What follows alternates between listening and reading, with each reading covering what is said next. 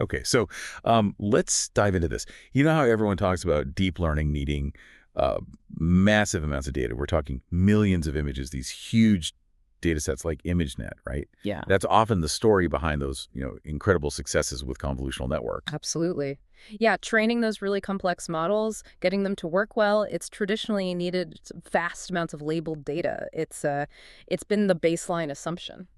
But what do you do when you just don't have that? Like, maybe not millions, maybe not even hundreds of thousands of labeled images. Think about fields like medical imaging or biomedical research, getting even thousands of precisely annotated images. That's often incredibly hard, super expensive, and just, well, usually not practical. Exactly. And it's tougher still because in biomedical imaging, you usually need more than just a yes or no for the whole image. Classification. Often you need to know exactly where things are down to the pixel level. That's segmentation, assigning a label to every single pixel. Right. And before the kind of network we're looking at today, there were ways to do pixel level stuff like sliding window convents. They'd look at little patches. Yeah, they had some success. Methods like the one from Searson and his team, they did well using that sliding window approach, especially on things like EM segmentation challenges. But it wasn't perfect, I gather. No, definitely not. As the paper we're looking at points out, it had some pretty significant drawbacks. Such as? Well, for starters, it was slow. Really slow. You had to run the network separately on every single patch, often overlapping patches, across the entire image. That means tons and tons of redundant calculations. Okay, inefficient. What else? There was also this built-in trade-off. If you used large patches, the network got more context, saw the bigger picture, but the pooling layers tended to blur the precise location. If you used small patches, you got better localization, but the network missed the surrounding context. It was a compromise you had to make. So you've got this difficult situation. You need super precise pixel level maps. You have hardly any training data. And the existing methods were slow and had this localization versus context problem. And that sets the stage perfectly for the paper we're diving into. It's UNet, Convolutional Networks for Biomedical Image Segmentation by Ronneberger, Fisher, and Brox. This paper isn't just, another network, it's a whole package. A new architecture and a specific training approach designed exactly to tackle these problems. Okay, so our mission for this deep dive is to really unpack how this UNet architecture and the way they trained it managed to get such great results, especially for biomedical segmentation, even with like really small amounts of training data. Why was it such a big deal? Well, they started from the idea of a fully convolutional network FCNs, which was already a big step because it allowed networks to output maps instead of just single labels. But they took that concept and significantly modified and extended it. The goal was precise segmentation, specifically tuned for working with limited data. And that's where the name comes in, right? The U shape. It actually looks like a U. It actually does, yeah. Visually, the architecture diagram forms a U. It's got two main paths. On the left side, there's the contracting path. Okay, let's walk through that. What's its job? Think of it like a typical encoder in a convolutional network. Its main purpose is to capture context, to understand the features of the image at different scales. It does this through repeated blocks. Each block has two 3x3 convolutions, importantly, unpadded convolutions, each followed by a ReLU activation function. Then, after those two convolutions, there's a 2x2 max pooling operation with a stride of 2. This downsamples the feature map. Right, so it shrinks the spatial size, but hopefully captures more complex features. Exactly. It condenses the information, increases the effective view of the neurons, the receptive field, and crucially, with each downsampling step, they double the number of feature channels. So fewer pixels, but more information packed into each one, building up that contextual understanding. Precisely. You're going deeper into the feature representation. Okay, so that's this sort of standard downward path. But the magic for segmentation, for knowing where things are, must be in the other half, the expansive path. That's right. The right side of the U is the expansive path. And its whole reason for being is to enable precise localization, to map those learned features back to the original pixel space accurately. How does it do that after you've shrunk everything down? Well, it essentially reverses the process, but with a twist. It starts by upsampling the feature map from the lowest point of the U. This is typically done using what they call a 2x2 up convolution. It basically learned a deconvolution, which also halves the number of feature channels. Okay, so Getting bigger spatially again. Yes, and here's the really clever part, the part that makes the U connect. The skip connections. Exactly, the skip connections. After that up-convolution step, they take the resulting feature map and concatenate it, literally stack it together channel-wise with the feature map from the contracting path at the corresponding level. Ah, so bringing back the high-resolution information from earlier. Precisely. But there's a small detail they mention, cropping the feature map from the contracting path first. Cropping? Why? Remember those unpadded convolutions in the contracting path? Each one shaves off a couple of pixels from the border, so the feature maps actually get slightly smaller as you go down. To make the concatenation work, the feature maps need to have the same spatial dimensions they have to crop the slightly larger map from the contracting path to match the size of the upsampled map from the expansive path. Okay, a necessary detail for alignment because of the unpadded design choice. Makes sense. So you merge the upsampled features, which have the deep context, with the earlier high-resolution features that have the fine spatial detail. Then what happens? Then you apply 2 more 3x3 convolutions, again each followed by a ReLU. This helps the network learn how to assemble a precise output based on this combined information. And this whole sequence, up convolution, concatenation with the cropped feature map, 2 3x3 convolutions, is repeated as you go up the right side of the U. So it mirrors the contracting path, more or less. Exactly. It's more or less symmetric, which gives it that U-shape visually. It allows the network to gradually build up a high-resolution segmentation map that uses information from multiple scales. And what's the very final step? Yeah. To get the actual segmentation output. It's a final 1x1 convolution. This layer takes the high-dimensional feature vector at each pixel location on the final feature map and maps it down to the desired number of output classes. So if you're doing binary segmentation, like cell versus background, it maps to 2 channels. And critically, unlike a lot of networks used for classification back then, no fully connected layers, right? Correct. It's fully convolutional from start to finish. This means it can technically process images of varying sizes. Although, as we discussed, because of those unpadded convolutions, the final output segmentation map is actually a bit smaller than the input image due to border effects. Okay, that raises a practical point. If the output is smaller and you have potentially huge medical images, how do you segment the whole thing without losing information at the borders or running out of memory? Yeah, good question. They tackled this with what they called the overlap tile strategy. It's pretty neat. Basically, you break the large image down into smaller tiles that do fit into your GPU memory. But here's the key. When you process each tile, you actually feed the network a larger patch than the final output you want for that tile. An overlap. Yes, an overlap region around the tile. To get the image data for this overlap region, especially near the image borders where there's no actual adjacent data, they use mirroring. They reflect the image data across the border. The network then processes this larger mirrored input tile. Because it sees the mirrored context, it can make accurate predictions even for the pixels right up to the edge of the original tile boundary. Ah, so the mirroring provides the necessary context that would otherwise be missing at the edges. Exactly. Then you just take the central part of the network's output, the part that corresponds to the original non-mirrored tile area, and stitch these valid central parts together to form the segmentation map for the whole large image. That's a clever workaround for the border effects and memory limits. Okay, so we've got the U-shaped architecture, the skip connections bringing detail back. But architecture alone isn't enough, especially with hardly any data. The training strategy has to be a huge part of the story here. Oh, absolutely essential. The architecture provides the potential, but the training makes it learn effectively from those few examples. They trained it end-to-end using stochastic gradient descent, or SGD. They mention using the CAFE framework. What about things like batch size? Normally you hear bigger is better for SGD stability. Right, that's the usual advice. But they faced constraints, limited data, and likely limited GPU memory back in 2015. So they made a trade-off. They prioritized using large input tiles to give the network more spatial context within each update, rather than having a large batch of smaller tiles. The result. They used a batch size of just 1 image tile. Wow, doesn't that make the gradient updates really noisy? It definitely could. A single sample might not be representative. To compensate for this, they used a very high momentum value, 0.99.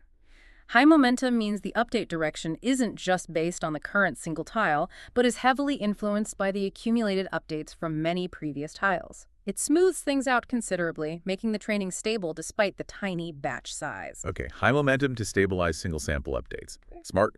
What about the loss function? What goal were they actually optimizing during training? For the core loss, it was pretty standard for segmentation. They used a pixel-wise softmax on the final layer's output. This turns the network's raw scores for each class at each pixel into probabilities that sum to 1. Then they combine this with the standard cross-entropy loss function. Which basically measures how far the predicted probabilities are from the true one-hot encoded label for each pixel, right? Exactly. It penalizes deviations from the ground truth segmentation. Okay, so softmax plus cross-entropy. Standard stuff. But I remember reading something really interesting they did with the loss. Someone weighted. Ah, yes. This is, I think, one of the most impactful parts of their training strategy, especially for biomedical images. They didn't just use a standard cross-entropy loss. They introduced a pre-computed weight map for each pixel in the loss calculation. A weight map. Why? What did that achieve? It served two really important purposes. First, the common one, dealing with class imbalance. In segmentation, you often have way more background pixels than foreground pixels, for instance. Weighting can help balance their contribution to the loss. Makes sense. Give the rare class pixels a bit more importance. Yeah. But you said two purposes. Yes, the second one was specifically targeted at a major challenge in cell segmentation, separating objects that are touching or very close together. It's notoriously hard for networks to learn the very fine, often faint, borderlines between adjacent cells of the same class. Right, they might just merge them into one blob. Exactly. So this weight map was designed to force the network to learn these crucial separation borders. How did they force it? How did the weights work? They pre-calculated a weight for every pixel based on its location relative to cell boundaries. Specifically, they looked at the distance to the border of the nearest cell, D1, and the distance to the border of the second nearest cell, D2. For pixels that were close to the border of two different cells, meaning both D1 and D2 were small, the weight was significantly increased using a formula involving these distances and some parameters, like W0 and sigma. They mentioned parameters like W010 and sigma around 5 pixels. This meant pixels lying in that critical gap between touching cells could contribute 10 times or more to the loss calculation than a pixel comfortably inside a cell or in the background. Wow. So they were basically shouting at the network, hey, these pixels right here between the cells, they might be few, but they're super important. Get these right. That's a great way to put it. It's encoding crucial domain knowledge, the importance of instant separation directly into the loss function. When you don't have tons of data for the network to learn this implicitly, this kind of explicit guidance is incredibly powerful. That's really clever. Okay. What else? Did things like how they initialize the network, weights matter? Yes, definitely. Weight initialization is always important in deep networks, maybe even more so in complex ones like UNet with skip connections. Bad initialization can cause gradients to vanish or explode, or parts of the network to become inactive. They used a specific method, drawing weights from a Gaussian distribution where the standard deviation was calculated based on the number of connections into a neuron.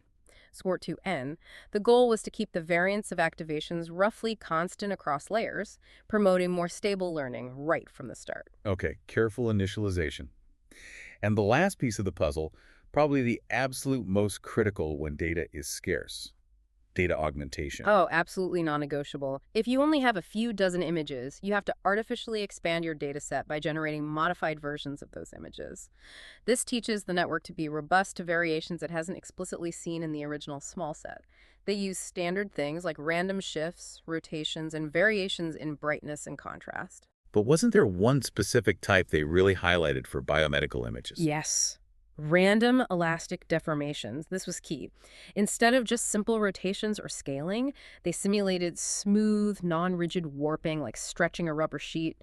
They generated these deformations using random displacement vectors on a coarse grid, and then used smooth interpolation by cubic to figure out the displacement for every single pixel. Why is that kind of deformation so important for biomedical stuff? Because biological tissues do deform elastically. Cells shift, tissues bend. This type of augmentation very realistically mimics the kind of natural shape variability you encounter in microscopy. Training the network on these elastically deformed versions of the limited data makes it much, much more robust to the inherent variability in real biological samples. It's a perfect example of domain-specific augmentation. They also mentioned dropout as another form of regularization, helping with robustness. Okay, so putting it all together, the elegant U-shaped architecture with skip connections, the smart training strategy with high momentum and tiny batches, that brilliant brilliant weighted loss focusing on cell borders, and heavy domain-specific data augmentation, especially elastic deformations. That's the UNet recipe. How did it actually perform when they tested it? The results were, frankly, stunning for the time, especially given the data constraints. They tested it on several benchmark datasets. First up was the ISBI 2012 EM Segmentation Challenge. Right, that's segmenting neurons and membranes in electron microscopy images. Really detailed stuff. Exactly, a challenging task. The training set had only 30 images, 512 by 512 pixels each. The metrics used were things like warping error, rand error, and pixel error. And how did UNet do? It achieved a warping error of 0.0000353 and a rand error of 0.0382. Now, the crucial part. At that time, the warping error score was the best score reported on the public leaderboard for that challenge. They set a new state-of-the-art. You can see the comparison in Table 1 of their paper. A new best score with only 30 training images. How much better was it than the previous best? The previous leading method they compared against, that sliding window network from Searsan et al., had a warping error of 0.000420. So UNet's 0.000353 was a significant improvement, particularly on that warping error metric, which is quite sensitive to topological correctness. And importantly, they noted their result was achieved without any problem-specific post-processing, unlike some other methods that might have achieved slightly better rand error through tricks tailored to that specific dataset. Their score came purely from the network output, averaged over predictions from rotated versions of the input, thanks to augmentation. Very impressive. Okay, what about other types of images? Didn't they also test it on light microscopy? Yes, they moved on to the ISBI Cell Tracking Challenge data from 2015, focusing on cell segmentation in phase contrast and DIC microscopy. Different imaging modalities, different challenges. They reported results on 2 data sets from that challenge. First, PHCU 373. These were phase contrast images of glioblastoma cells. And get this, the training set had only 35 partially annotated images. 35. That's almost nothing in deep learning terms. How did it possibly work? It worked remarkably well. Using the intersection over union, or IOU, metric, which measures the overlap between the predicted segmentation and the ground truth, the UNet scored an average IOU of 92%. If you look at Table 2 in the paper, the second best algorithm on that dataset in the 2015 challenge only reached 83% IOU. UNet blew it out of the water. A 9% absolute improvement is huge in segmentation. Wow. Okay, 92% IOU on 35 images? What about the second dataset from that challenge? That was DIC HeLa, images of HeLa cells using DIC microscopy. And the training data situation was even more extreme, just 20 partially annotated images available for training. 20 images. 20. That seems impossible for training a network like this. What was the result there? Even with just 20 images, UNet achieved an average IOU of 77.5%. Now compare that to the second best method in the challenge for that specific data set, which scored only 46%. Again, check Table 2. 77.5 versus 46. That's not just an improvement. That's a completely different league, especially from only 20 training images. It really is. It underscores just how effective that combination of architecture, weighted loss, and elastic augmentation was for squeezing every last drop of information out of extremely limited data. It showed you could achieve state-of-the-art results without needing ImageNet scale datasets, at least for these kinds of tasks. So it wasn't just theory. It delivered game-changing practical results on real benchmarks with incredibly scarce data. Absolutely. It was a powerful validation of their entire approach. And practically speaking, was it fast enough to be useful in a lab setting? Yes. They mentioned that segmenting a 512 by 512 image took less than a second on what was then a recent GPU, an NVIDIA Titan. So definitely fast enough for interactive use or processing moderately sized datasets efficiently. Okay, so let's zoom out. Thinking about you, our listener, why is this UNet paper, this deep dive, so important? What's the bigger picture takeaway? Well, the core message is that UNet provided a robust, effective, and data-efficient blueprint for getting highly precise pestle-level segmentations. This kind of detailed spatial understanding is fundamental in so many scientific areas, analyzing cell morphology, tracking particles, quantifying tissue structures, material science, remote sensing. The list goes on. And UNet showed it could be done without needing an impossibly large data set, which was a major bottleneck. So it kind of democratized high-performance segmentation for fields where data annotation is inherently difficult or expensive. It proved you don't always need the giant data set if you have a smart approach. Precisely. It lowered the barrier to entry for using deep learning for sophisticated image analysis in data-constrained environments. All right, let's quickly summarize the key ingredients that made UNet so successful based on what we've discussed from the source? Okay, first, the architecture. That elegant U-shape, the contracting path building context, the symmetric expansive path enabling localization, and crucially, the skip connections merging high-res features with deep context via concatenation. Right. And then the training magic for low data regimes. Number one, aggressive data augmentation, Mhm. especially those domain-appropriate elastic deformations, teaching the network robustness and invariance that the limited data couldn't provide alone. Number two, that clever weighted loss function, specifically boosting the importance of pixels in the tricky separation borders between touching objects.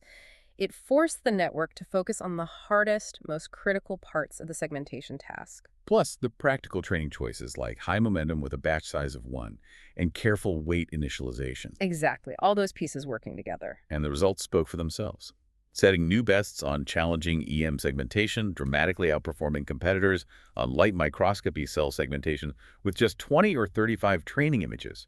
And it was fast enough to use. They mentioned training took about 10 hours, which is quite reasonable. It really demonstrated the power of tailoring both the network architecture and the training methodology very specifically to the constraints and characteristics of the problem domain, particularly data scarcity. Which leads us perfectly into a final thought for you to mull over.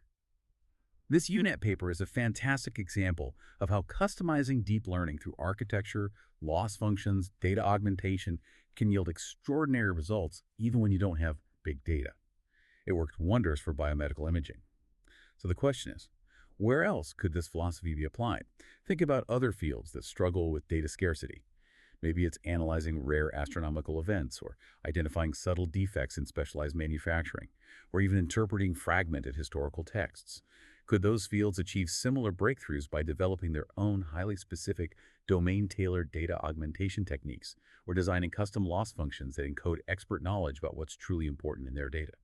What potential are we leaving on the table in other specialized areas simply because we haven't yet applied this UNet-like thinking of deeply tailoring our tools to the unique nature of their data challenges?